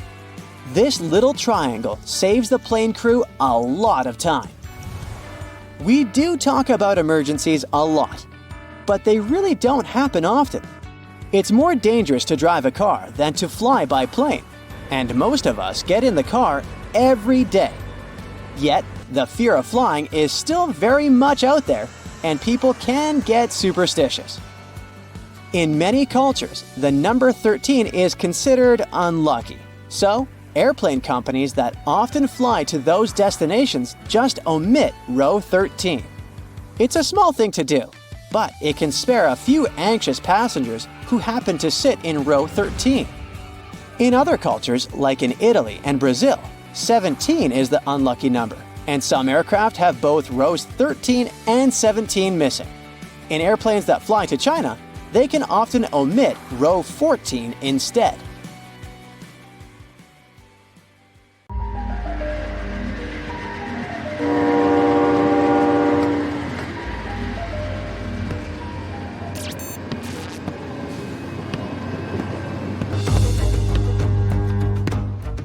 How long does it normally take for a package to get to you? A day? A week? A month? How about over 3 years? Well, something like that happened in India not too long ago. At first glance, it doesn't seem all that surprising. Packages get delayed or even lost along the way all the time. That's just the nature of parcel delivery. This wasn't some standard package. It was an entire train carriage loaded with tons of compost. Something this massive couldn't have just disappeared and then come back. Or could it? Let's find out. And yes, along the way we're going to learn some cool things about trains. It all started in 2014 when an Indian company ordered dozens of tons of compost. All the goods were stored in 21 wagons. The train left the city of Visakhapatnam on November the 10th. Its destination was in Basti district, Uttar Pradesh, 870 miles away. So, the train left the station and the trip went smoothly. A few days later, the buyer accepted the goods. 20 wagons arrived in excellent condition, but one carriage, number 107462, was missing. Where could this wagon packed full of fertilizer have gone? Did someone steal the cargo? Did it get lost along the way? The buyer asked the company that sold them the compost to find the missing part of the shipment. The employees checked the documents and confirmed that the train of 21 carriages left the station on November the 10th. Several people from the rail station saw it. Then the train passed through some settlements and lost one carriage. But how? The buyer contacted the railway services but didn't receive any response. It seemed the train car had just disappeared. The documents indicated that all the paid goods went to the destination, which meant the buyer wouldn't get their money back. So they just lost more than $10,000. Months and years had passed, the incident eventually forgotten. But then, on July 25th, 2018, railway workers discovered an old carriage with the number 107462 on it at the station in Basti district, the original destination point. The company contacted the seller about their discovery, but they refused to accept the goods because the fertilizer had rotted long ago. They waited for the owner to come for it, but no one came, and no one reported it missing. So they towed the abandoned train car back to Basti district a few months later. By that time, the buyer had already reported the rail company about the lost compost, and they had already stopped searching for it, while the car was practically right under their noses. To this day, no one knows why the car was disconnected or where it's been all this time. You know where this would have never happened? Japan. There, you can ride the most punctual trains in the world. They arrive at all stations to the minute. All the locals know the trains are never late, so they can never use that excuse on their boss. But if something does happen to cause the train to arrive late, passengers receive a special ticket from the rail company that they can use as proof to protect them from their boss's accusations. Japan has not only the most punctual trains in the world, but also the fastest. I'm talking about maglev trains that can reach speeds up to 374 miles per hour. To give you an idea of how fast that is, the fastest recorded speed set by a Formula One car is 231.4 miles per hour. Not even close to the maglev train just traveling down its normal route. What's more, even if it travels at top speed, you can comfortably sit in your seat and drink tea on the train. You won't feel any vibrations or hear the sound of the wheels because it has no wheels at all. Maglev is short for magnetic levitation. Using the power of magnets, the train is basically suspended, floating just above the railway, meaning they don't actually touch, meaning there's next to no friction. This is what allows maglev trains to reach and then maintain such incredible speeds. Wouldn't it be cool to have such trains in every city? I mean, forget about traffic jams, am I right? But unfortunately, they're not so popular around the world. Charging the train's magnets requires a lot of energy. They heat up to incredibly high temperatures during the trip, and then they need to cool down after. And this also requires a lot of incredibly expensive infrastructure. For many countries, such trains would be simply economically unviable. For now. That carriage in India would probably have been standing at the railway station forever if someone hadn't noticed it. But what if it was a whole train with, let's say, 100 cars? I mean, what do people do with old train cars? Usually they would put old trains in landfills, dismantle them for scrap, dispose of them with pressure compacting, or melt them down.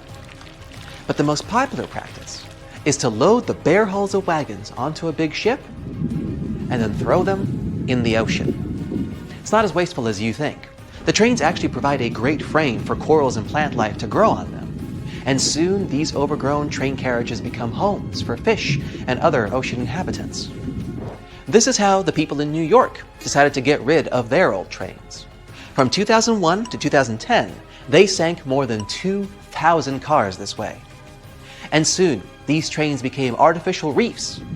They got completely covered by corals and algae, and shells, crabs, sea sponges, mackerels, perches, and sea turtles settled in each car.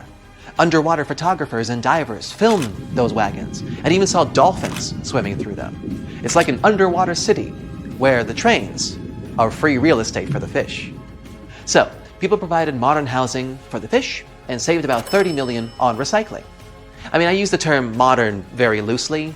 They look more like phantom trains. But you know what the coolest thing about phantom trains is? They actually exist. And you know what's even cooler? You can get in and ride one. You can find such trains in England, in small towns like Sneyd. Now, imagine you stepped onto the empty train station there. It looks decrepit and abandoned. There's no parking, no ticket machines, no shops. And now you hear the sounds of a train arriving at the station. It seems normal enough, but when you step inside, you'll probably feel some discomfort since you're the only passenger on this phantom train. You can walk from the first carriage to the last one if you like. No one will stop you. You can actually choose from several similar trains. Yeah, there's a lot of them moving all around England. They're left running through abandoned railways because it actually works out economically for the country. To cancel these phantom train routes, you'd need to go through many bureaucratic procedures and spend taxpayers' money. And there's no need to do all of that if the trains just go and don't bother anyone. Also, they attract many tourists and enthusiasts who love to visit abandoned stations. If you're interested, you should know that it's not so easy to find these routes. You need to carefully study train schedules on the internet, since not even all the railway workers know about them. In some remote places, the trains arrive only once every few days. But what about real phantom trains? There are many stories about trains that have mysteriously disappeared throughout the years. The most popular one is the legend of the Zanetti Train Company. Several wagons disappeared with dozens of passengers in a mountain tunnel in Italy in 1911, and then popped up out of the blue in 1845 in Mexico? But of course, there's no evidence for this story.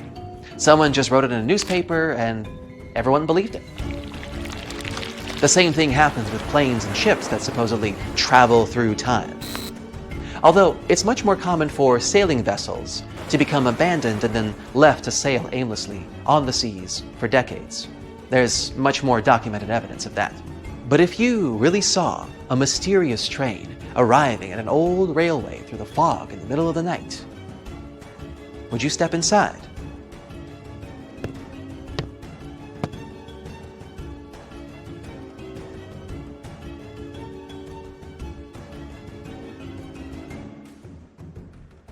A plane with no identification marks is approaching the coast of Indonesia. It's not the most peaceful of times, and the flight operator is alarmed. 2 fighter jets take to the sky, about to take down the unidentified plane. It's all about to end in a disaster, when the fighters notice one strange detail. December 1st, 1941. Captain of a Boeing 314, Robert Ford and his team are preparing for one of the longest flights on one of the biggest planes in the world. The Boeing 314 Clipper California is a high-capacity seaplane. It has no landing gear, so it can only land on water. Its length is 100 feet, and its wingspan is 150 feet. This is more than a 6-story building, and on board this plane, there is a restaurant, resting areas, and even a room with a bed. Despite its size, the Clipper California can stay in the air for more than 18 hours. Captain Ford doesn't suspect what is awaiting him ahead. He gets on the plane. Their flight is bound from San Francisco to Auckland, New Zealand. The first stop is Los Angeles. There's no problem with this. The next stop is Pearl Harbor. The flight is going fine.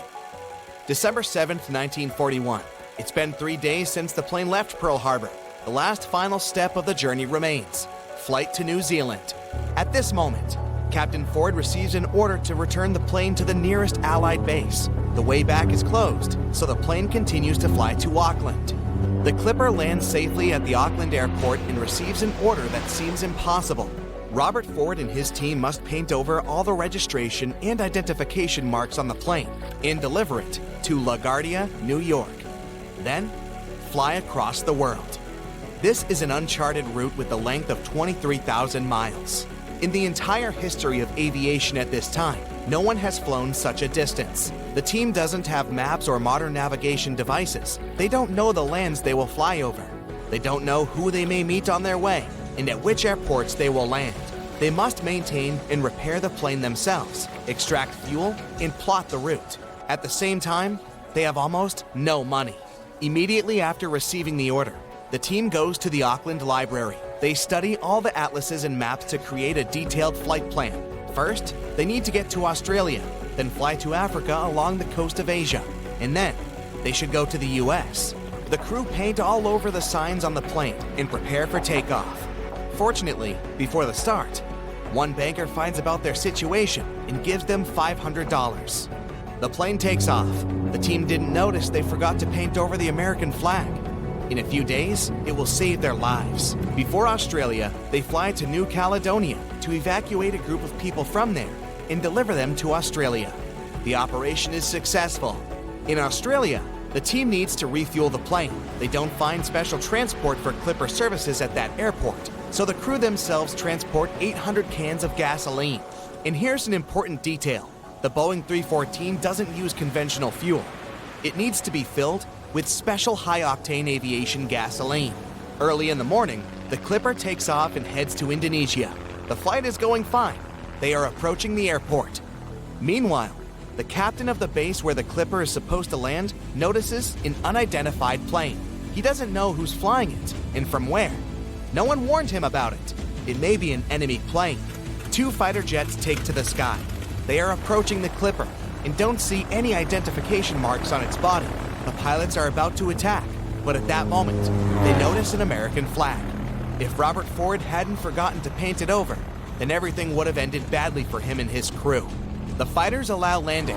The Clipper lands on the water. A boat floats towards it to meet the plane's crew, but stops. It turns out the plane landed on a place filled with sea mines, so the boat doesn't dare to sail there. The Clipper approaches the port and miraculously avoids contact with mines. Robert Ford and the crew of the plane are well met. They are going too quickly to rest and hit the road. But then, a big problem surfaces. The plane is running out of fuel, And at that naval base, there is only ordinary automobile gas. Nobody knows if the plane engine is going to go with it. It may burn out or stop working altogether, but there's no choice. They fill the tanks with ordinary fuel. Captain decides to take off using the remnants of aviation fuel, and during the flight, they switch to tanks with ordinary gasoline. When this happens, the plane's engine begins to clap and rattle, but after a while, it calms down. The flight continues.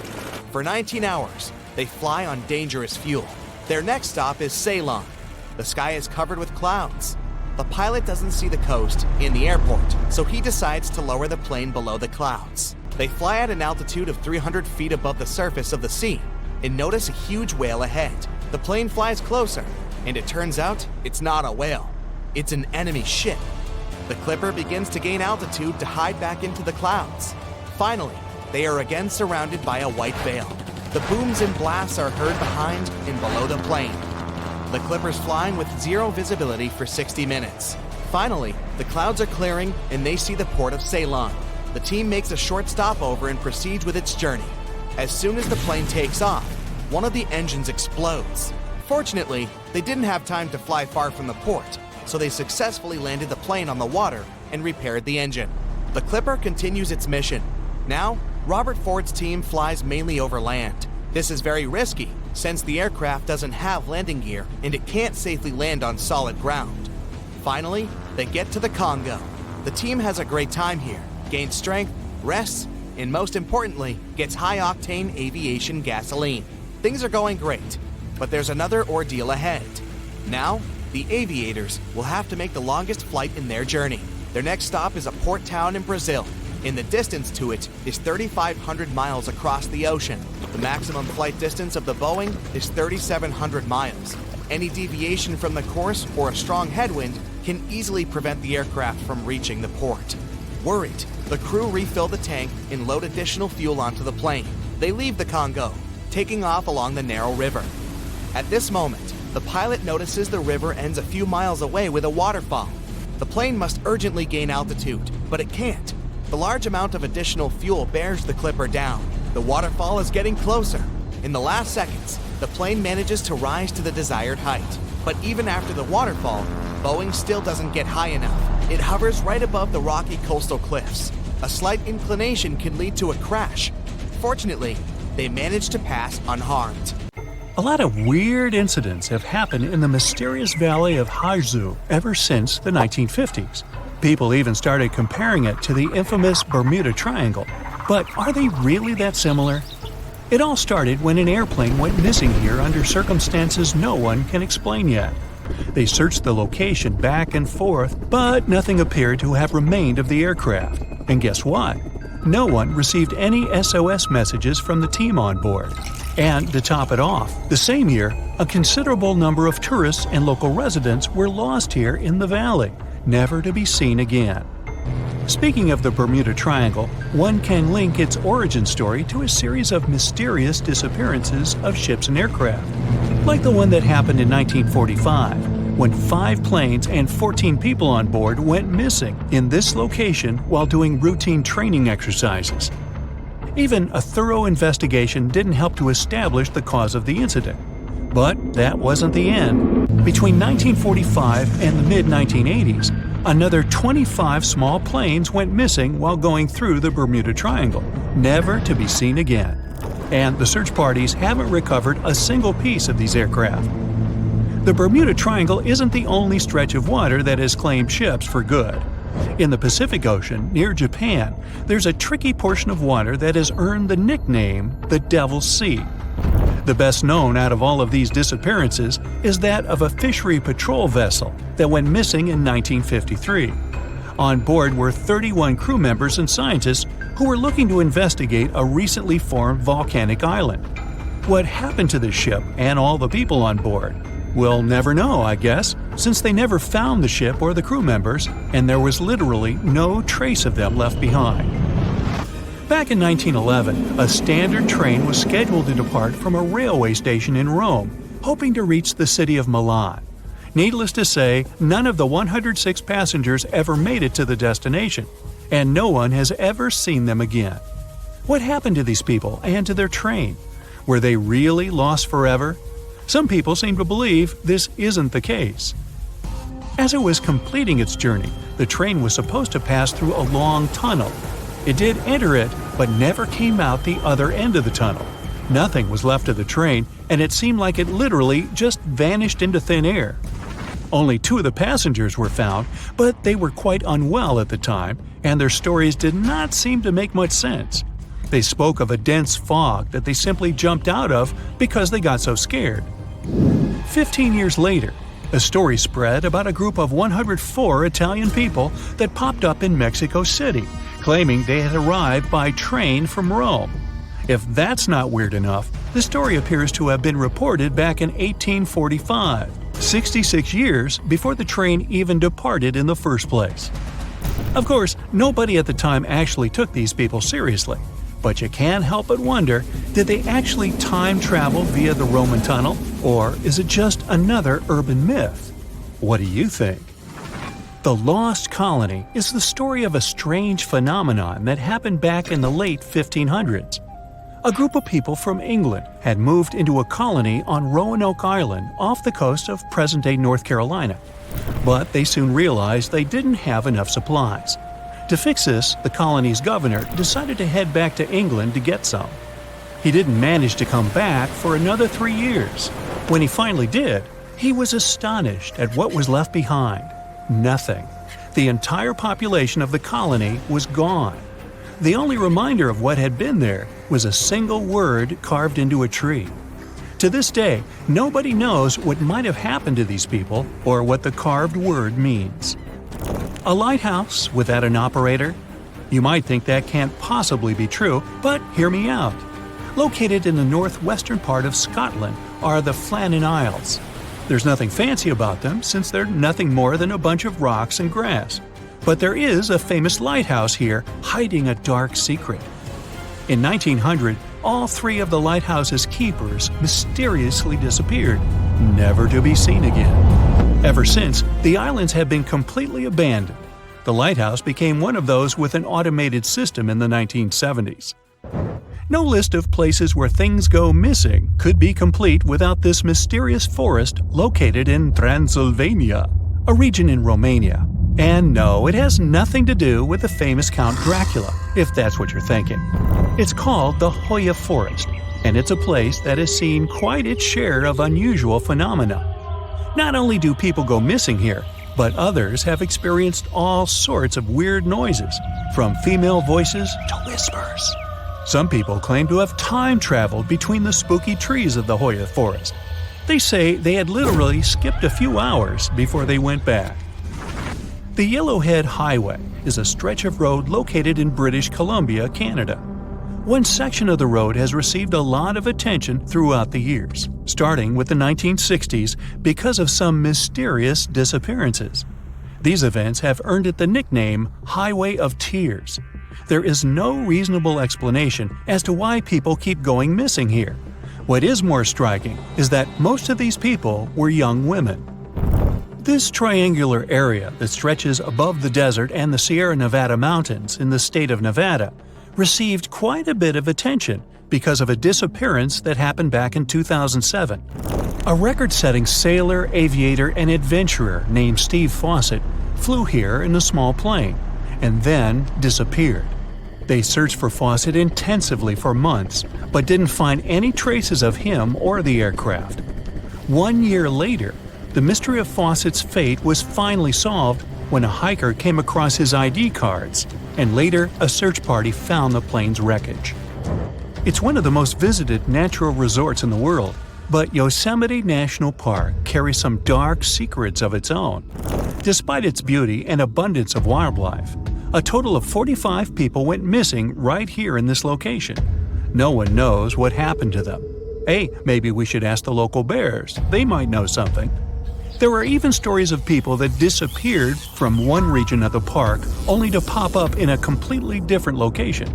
This hasn't stopped over 3 million people that visit the park each year from wandering around this location, though.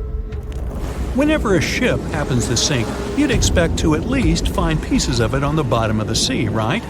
Well, not if you're traveling through Lake Superior. It's located along the border of the United States and Canada and became famous because of the great number of ships that went missing here.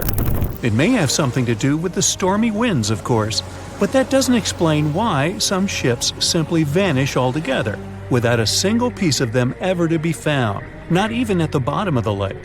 It does gather a lot of tourists each year, though. They come here to scuba dive and see the remains of some of the ships that still lie here. The bottom of this lake even contains what's left of the notorious SS Edmund Fitzgerald. Back when it departed on June 7, 1958, it was the largest ship on North America's Great Lakes and, to this day, remains the largest ship ever to have sunk in the area. Similar to other events, the exact cause of the shipwreck remains a mystery.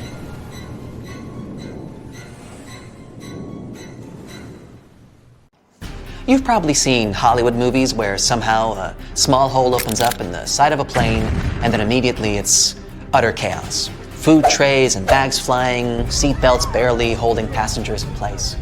Luckily, in reality, small damage to the fuselage won't cause such dramatic consequences. But would you believe me if I told you there was a pilot that managed to land a plane with half the roof torn completely off?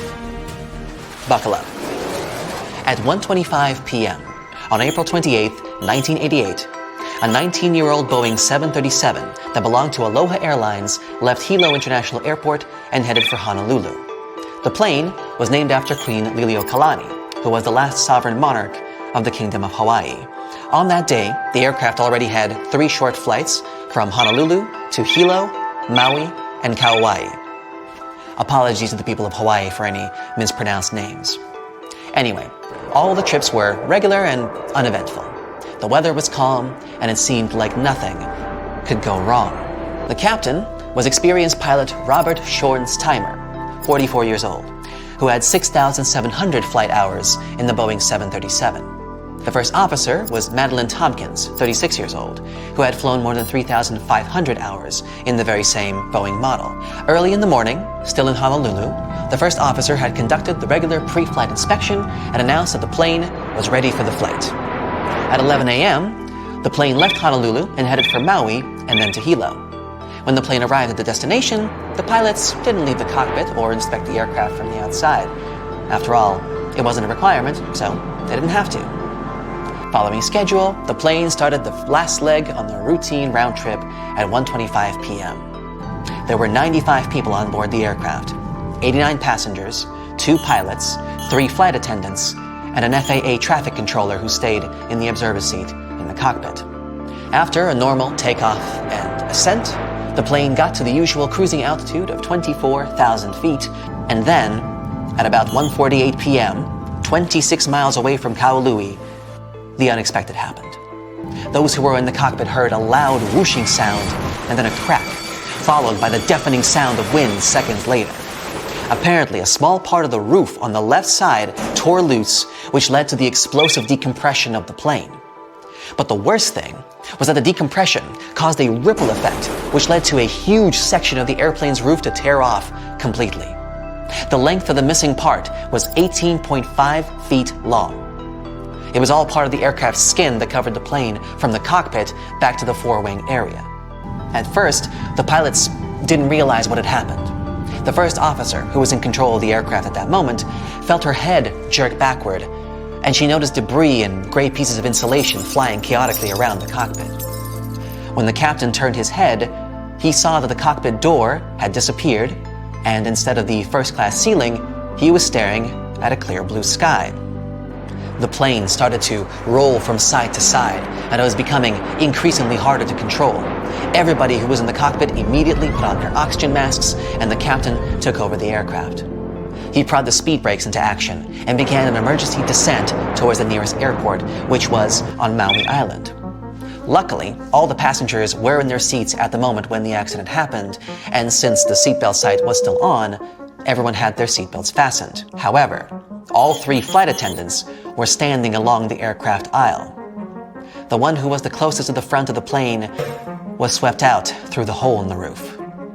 The other 2 were thrown to the floor by a forceful jerk. But while one of them hit her head really hard and lost consciousness, the other one started to crawl along the aisle in an attempt to help passengers and calm them down. At that same time, the pilots were trying to contact air traffic control and signal an emergency. To make matters worse, they couldn't hear each other and had to use gestures to communicate. They also didn't know whether the radio worked and whether they had managed to deliver their message. The flight controls were sluggish and loose, and the captain was struggling to control the plane. The first officer, right by his side, dealing with communication and assisting the captain. It turned out that the controller hadn't been receiving the crew's messages until the aircraft descended to the altitude of 14,000 feet. Only then did the signal get through, and Maui Tower started urgent preparations for an emergency landing. The problem was that at that time, in case of an emergency, the airport control tower had to dial 911 just like anyone else. On top of that, the controller didn't catch that the passengers and crew members would need medical help. After all, the crew only announced that they had experienced a rapid decompression, so the controller wasn't aware of the entire gravity of the situation. In the meantime, the plane had already dropped to a height of 10,000 feet above sea level. The captain removed his oxygen mask and withdrew the speed brakes. The plane was steadily descending toward runway 2 of Kahului Airport. Following the captain's command, the first officer lowered the landing gear, but the indicator light didn't come on. That could mean that either they had a bad light, or they had serious problems with the nose gear. But that wasn't the only problem. As the plane was approaching the runway, the left engine failed, and the aircraft started rocking and shaking. The captain made an attempt to restart the engine, but didn't succeed. And yet, still, with the help of the reverse thrust of the second, still working engine, at 1:58 p.m., just 10 minutes after the emergency and 35 minutes after the takeoff, Aloha Airlines Flight 243 did manage to touch down on the runway of Kahului Airport and come to a complete stop.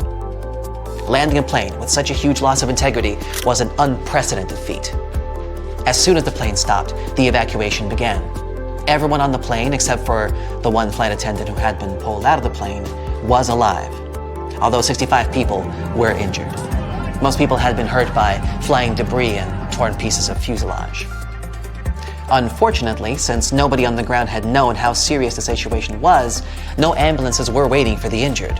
The first one arrived 7 minutes after the plane landed, and there were only 2 ambulances on the entire island, which obviously couldn't fit all the people. That's why the passengers had to be transported to the hospital in several 15-passenger tour vans that belonged to the company Akamai Tours.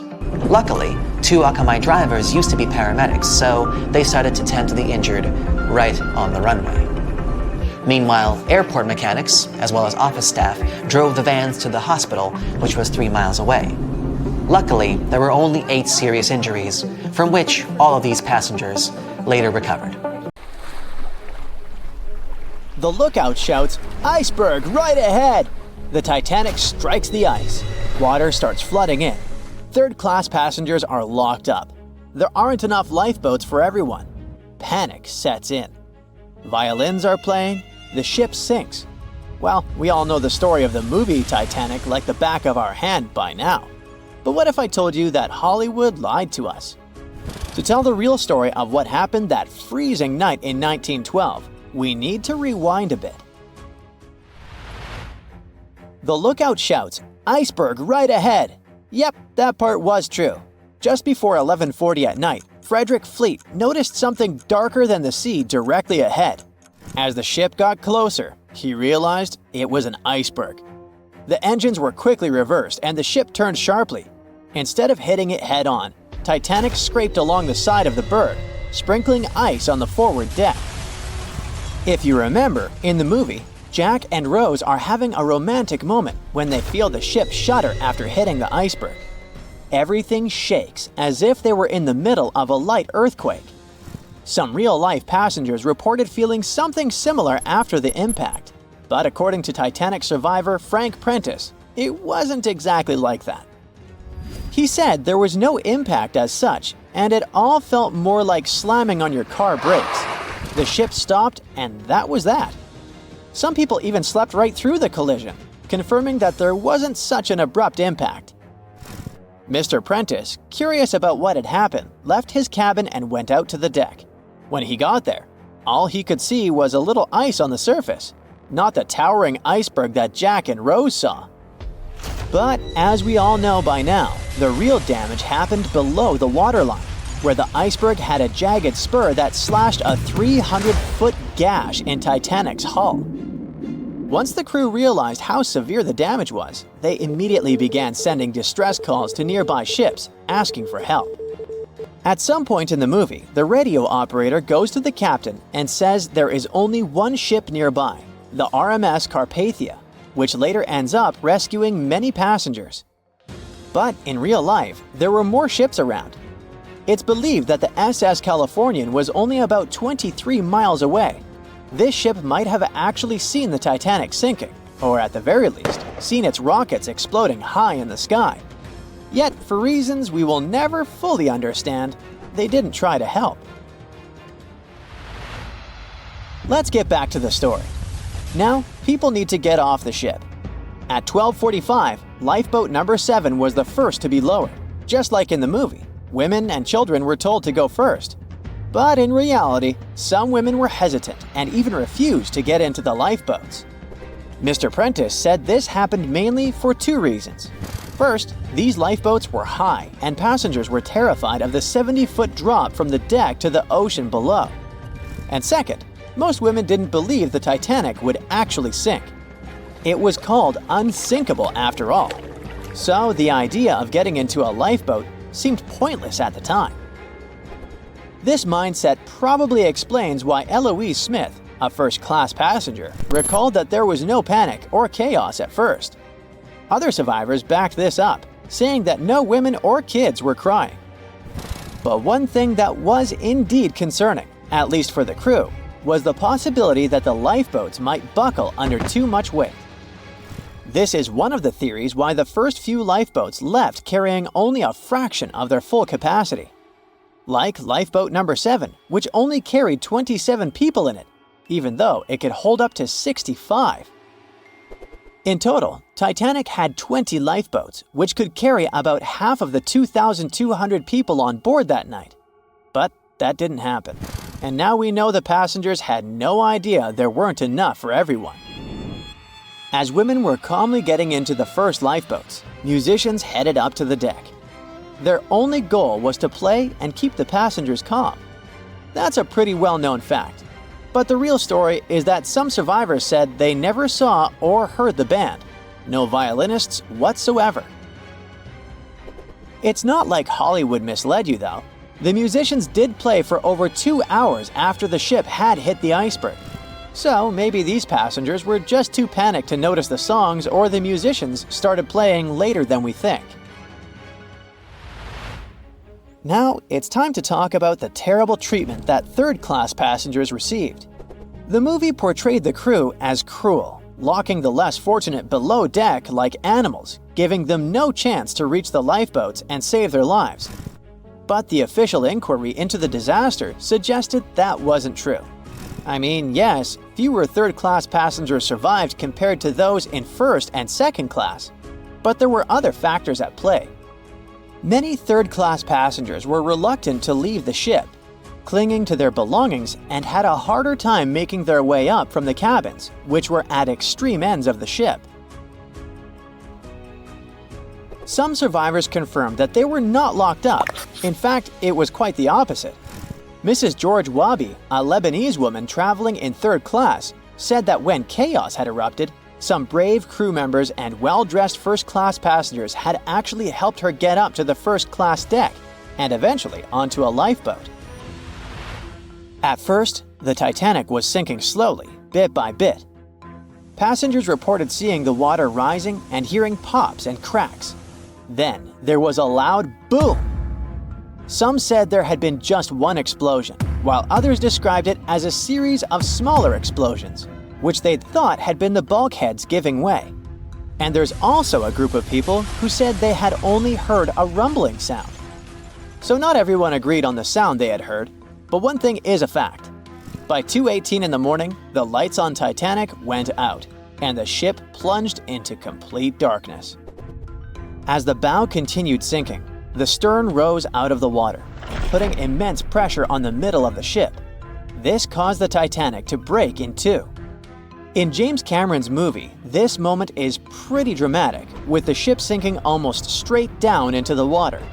But in reality, the break probably happened at a much lower angle, likely just below the waterline.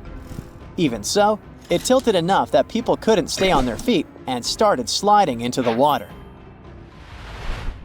One interesting thing is that it wasn't until the wreckage was found in 1985 that it was finally confirmed the Titanic had broken apart. Up until then, survivors had given conflicting stories. At least 8 survivors claimed they had seen the ship split. Emily Ryerson, a first-class passenger, described it as if the Titanic had been sliced in half with a knife. But there was also a small number of witnesses that insisted Titanic had gone down intact.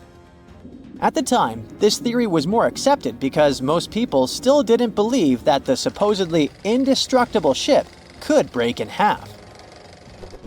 So why the conflicting reports?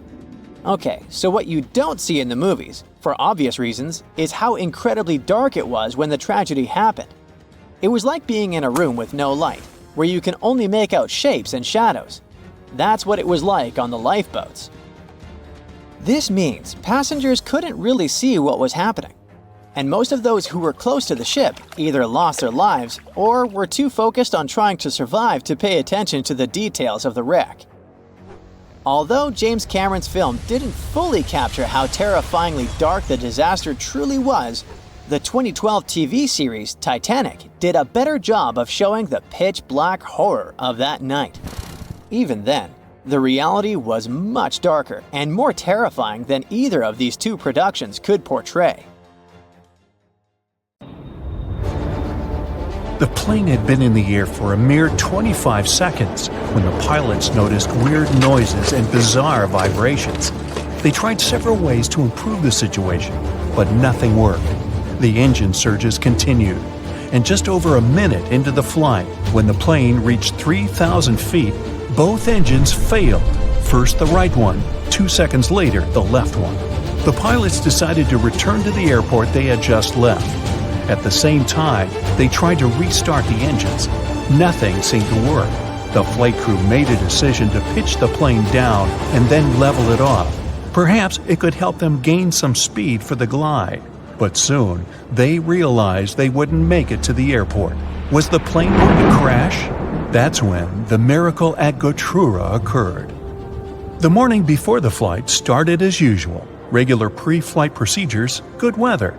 The members of the flight crew were experienced pilots. A 44-year-old Danish captain with over 8,000 flight hours under his belt, and a 34-year-old first officer from Sweden with 3,000 hours. So, what could go wrong? The plane itself was almost brand new. It was a McDonnell Douglas MD-81 nicknamed Dana Viking. It made its first flight on March 16, 1991. By that fateful day, the aircraft had been in service for a mere 9 months. There were 122 passengers and 7 crew members on board. Flight 751 Scandinavian Airlines was a scheduled flight from Stockholm, Sweden to Warsaw, Poland. On the way, the plane was supposed to make a stop in Copenhagen, Denmark. The aircraft took off from Stockholm according to its schedule at 8:47 a.m. local time. But by that point, the people inside had already been doomed, all because of a terrible sequence of events before the departure. It started the night before. The plane arrived at Stockholm Airport after a flight from Zurich. It was 10:09 p.m. The aircraft spent the night at the gate outside. It was cold. The temperature dropped to 34 degrees Fahrenheit, just above freezing. What made the situation even worse was that almost 6,000 pounds of freezing cold fuel, chilled during the night, still remained in the tanks located in the wings. The fuel was so cold because the plane had been flying at the cruising altitude, where the air temperature outside the cabin varied from -61 to -80 degrees. The flight from Zurich lasted around 1 hour and 40 minutes. Soon after midnight, a flight technician came to check on the aircraft. The man had to remove some slush from the landing gear, otherwise he wouldn't be able to examine it. At around 2 a.m., when he was leaving, he noticed some ice covering the upper part of the wings. By the morning, the situation had become even dire. A layer of clear, almost invisible ice had formed on the tops of the wings. The plane had to leave the gate at around 8:30 a.m. An hour before the departure, the mechanic responsible for the plane noticed that some ice covered the underside of the wings. He decided to make sure there was no ice on the tops of the wings. He climbed a ladder and put one knee on the wing. Then he bent forward to touch the front part of the wing. There was no ice, just some slush. The mechanic decided to make sure everything was fine with the air inlet of one of the engines. He didn't find anything abnormal. Soon after that, the personnel used more than 220 gallons of de-icing fuel to remove ice from the plane. The mechanic consulted with the captain of the aircraft and ordered the staff to de-ice the underside of the wings as well. After all, he had seen some ice there. But no one thought to double-check if there was clear ice on the tops of the wings. After they had finished the procedure, the mechanic reported to the captain, "We're done here. De-icing finished. There was a lot of snow and ice, but everything's clear now." The captain thanked the mechanic and carried on with the pre-flight procedures. The plane taxied to the runway. Its engine's anti-ice systems were switched on and didn't show any malfunction. But several passengers later claimed they had seen ice sliding off the upper side of the wings while the plane had been taking off. And still, the plane left the ground and headed for Stockholm as usual. But shortly after the takeoff, several pieces of the overlooked ice broke off. At full speed, they slammed into the fans of the engines near the tail on both sides of the plane, ruining the blades. It led to a series of surges, and the rest is history. Meanwhile, somewhere in the cabin, Scandinavian Airlines flight captain Per Holmberg, who was on board as a passenger, noticed something was amiss. At first, he informed the flight attendant sitting in the rear jump seat that the right engine was surging. She tried to contact the flight crew, unsuccessfully. Then, the ununiformed captain rushed to the cockpit and asked if he could help the pilots. The first officer gave him the emergency checklist, and the captain asked him to start the auxiliary power unit, a small gas turbine in the tail of the plane. Holmberg's advice and help were invaluable, but was it enough to save the plane and the people inside?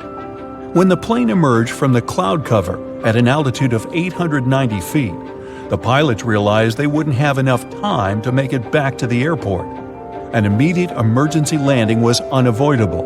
The assisting captain passed the order to the cabin crew, and they started preparing the passengers.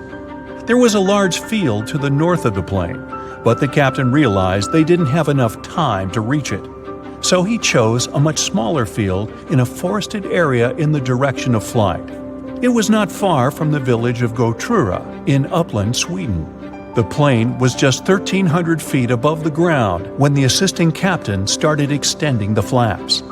At a height of 183 feet, the captain reported to Stockholm Control, "We're crashing to the ground." 7 seconds later, the plane hit several trees and lost a huge chunk of its right wing. By that time, the landing gear had already been extended and the speed had decreased to 139 miles per hour. Moments later, the plane's tail struck the ground and broke off. The aircraft kept sliding across the field, still at high speed. It traveled 360 feet, with its main landing gear leaving marks on the field. At one point, the plane lost the main and nose landing gear. Its fuselage broke into 3 parts. Miraculously, there was no fire. If you look at the pictures from the crash site, the plane torn into pieces with its parts scattered across the field, it's hard to believe that all 129 people on board the plane survived. It seems like a miracle, but it was also thanks to the flight attendants' quick reaction and the correct instructions they gave the passengers. They didn't panic and told the people to adopt the brace position just in time to avoid fatalities. Even more surprising, almost all passengers, except for 4 people, made their way out of the plane on their own. No wonder this accident was nicknamed the Miracle. The aircraft, though, wasn't as lucky. The 9-month-old plane was damaged so badly that it was an immediate write-off. Everyone praised the actions of the flight crew. The landing was incredibly skilled, especially in such a fast-developing, very dangerous situation. The captain himself admitted that few pilots were ever forced to put to the test the skills they got during training, at least not to this degree.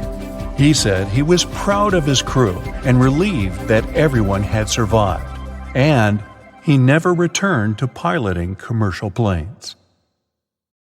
You unbuckle your seatbelt and stand up, stretching your legs after a long flight. You head towards the restroom and think about freshening up. Suddenly, you're in the air. Luggage flies around you. It feels like the world is ending. You're 30,000 feet above the ground, and you're heading for a crash landing. Before you have any more time to think, everything goes black. In early 2001, a massive Boeing 747 carrying over 400 people took off from Tokyo Haneda International Airport. The flight progressed like normal until it reached 39,000 feet and coasting speed. Food was being served, and passengers were up and about like they would be on any other journey. Slightly earlier in the day, a Japanese airline flight between Busan, South Korea, and Tokyo, Japan, had begun in a similar fashion. This one was smaller, with about 250 people on board. It had also started coasting at around 37,000 feet. Both of these planes were on a similar flight path, only 2,000 feet apart, and due to meet over the Japanese island of Honshu. They were both close to this intersection when the pilot of the Boeing 747 noticed his anti-collision indicator going off. This was when he first knew something was wrong. One of the critical aspects of modern air travel is the coordination of air traffic control. Every flight is monitored, and pilots are advised if anything goes wrong. The entire point of air traffic control is to organize flights so well that collisions are impossible. Every modern plane is built with collision monitors, but they are never supposed to be used because of this. While the anti-collision indicators buzzed, 26-year-old trainee Hideki Hachitani was sitting behind the radars at the control tower, monitoring both flights. The stress of having to oversee more than 10 planes was overwhelming him. This isn't surprising, given that he wasn't even certified to operate by himself without supervision. When he noticed the potential collision, he rushed to prevent a disaster. He quickly contacted the flight from Busan that was cruising at 37,000 feet and told them to dip lower, trying to create a bigger gap between the planes. In his rush, though, Hachitani had made a terrible mistake. He had contacted the wrong plane. Instead of telling the Boeing 747 to reduce its altitude, the pilot of the other plane followed Hachitani's instructions and lowered from 39,000 feet to 37,000 feet, the exact same height as the 747. Both planes sped toward each other at 500 miles per hour on a collision course. Hachitani was beginning to panic now. When he noticed that the flight from Busan hadn't descended, he quickly instructed it to turn right. The pilot had, of course, failed to follow the instructions given because they'd been sent to the wrong plane. For an unknown reason, the instruction to turn right failed to reach anyone at all this time. The communications from air traffic control were failing, and the pilots didn't have any idea of how much danger they were in. When seeing Hachitani panicking behind the control panel, his supervisor rushed to the scene and took control of the situation. She contacted the flight from Busan and now told it to climb up. Amazingly, when she did this, she gave the order to a flight that wasn't even operating that day. Both of the flights ignored her because they didn't know that the message was intended for them. The Boeing pilot was at least aware that there was another plane close by, but his faith in air traffic control would have comforted him. Surely, if anything was badly wrong, someone would send him more instructions? At this point, the crash was beginning to look inevitable. For the passengers on the flights, though, everything would have seemed to be normal. They might have been eating some snacks, stretching their legs, or maybe waiting in line for the toilet, completely unaware that they were on course to fly straight into another plane. Luckily for all of the 600-plus people involved, the pilot was well-trained and confident in a situation that would cause most people to freeze up. Through his windscreen, he saw something that no pilot should ever see: another plane heading directly for him. With cat-like reflexes and remarkable composure, the Boeing pilot gripped the throttle and steered the plane down as low as he could for the seconds he had before the collision. The Boeing flew straight underneath the other flight. Imagine being a pilot and seeing the ground in front of you instead of the sky. They both made it out intact. This man had saved the lives of more than 600 people. That isn't to say that everyone got out without a scratch. The passengers were completely unaware of the entire incident, so barely any were buckled in. They were powerless as the change in direction threw them against the inside of the plane. Out of nowhere, with the plane's sudden movement, many hit the roof with the force of a car crash. Every unsecured object and person were thrown through the air. Some might have even felt like the plane had just hit the ground. Miraculously, only 7 passengers and 2 crew members were seriously injured, and the rest only received minor injuries. The pilot circled back to Tokyo to allow all of the injuries to be treated. Thanks to the quick response of medical teams and unbelievable decision-making and skill shown by the pilot, everyone on the flight survived. Every time you travel on a plane, you're signing up to shoot through the sky at speeds of up to 500 miles per hour in a fragile metal shell. You're surrounded by enormous, dangerous motors, 6 or 7 miles above the ground. Surely there's no way you'd survive if the plane itself started to fail. The Hudson Bay landing shows that skilled pilots can overcome seemingly insurmountable odds. On January 15, 2009, Flight 1549 was set to fly from New York to North Carolina. The pilot, Chesley Sullenberger, was a former jet pilot who converted to commercial flights in the 1980s. The sky was clear and the conditions were favorable. It was a typical flight for all of the 155 passengers on board, until the worst happened just a minute and a half in. As the plane climbed to 3,000 feet, they hit a flock of Canada geese. They hit the entire plane, but most importantly, some geese got caught in both engines. When Sullenberger realized that his engines were failing, he contacted air traffic control. They ordered him to land back at the airport, but he realized that it was impossible. With failing engines and no clear runway to land on, he had to take control of the situation to save the lives of everyone on board. Without full control of his plane, he wasn't able to operate at the normal altitude. He flew so low that he passed over the George Washington Bridge at only 900 feet. The people on the bridge were terrified to see the plane so close, but they had no idea how bad things were on board. With the plane speeding at 140 miles per hour, Sullenberger saw the Hudson River in front of him, and he had no choice but to land on it.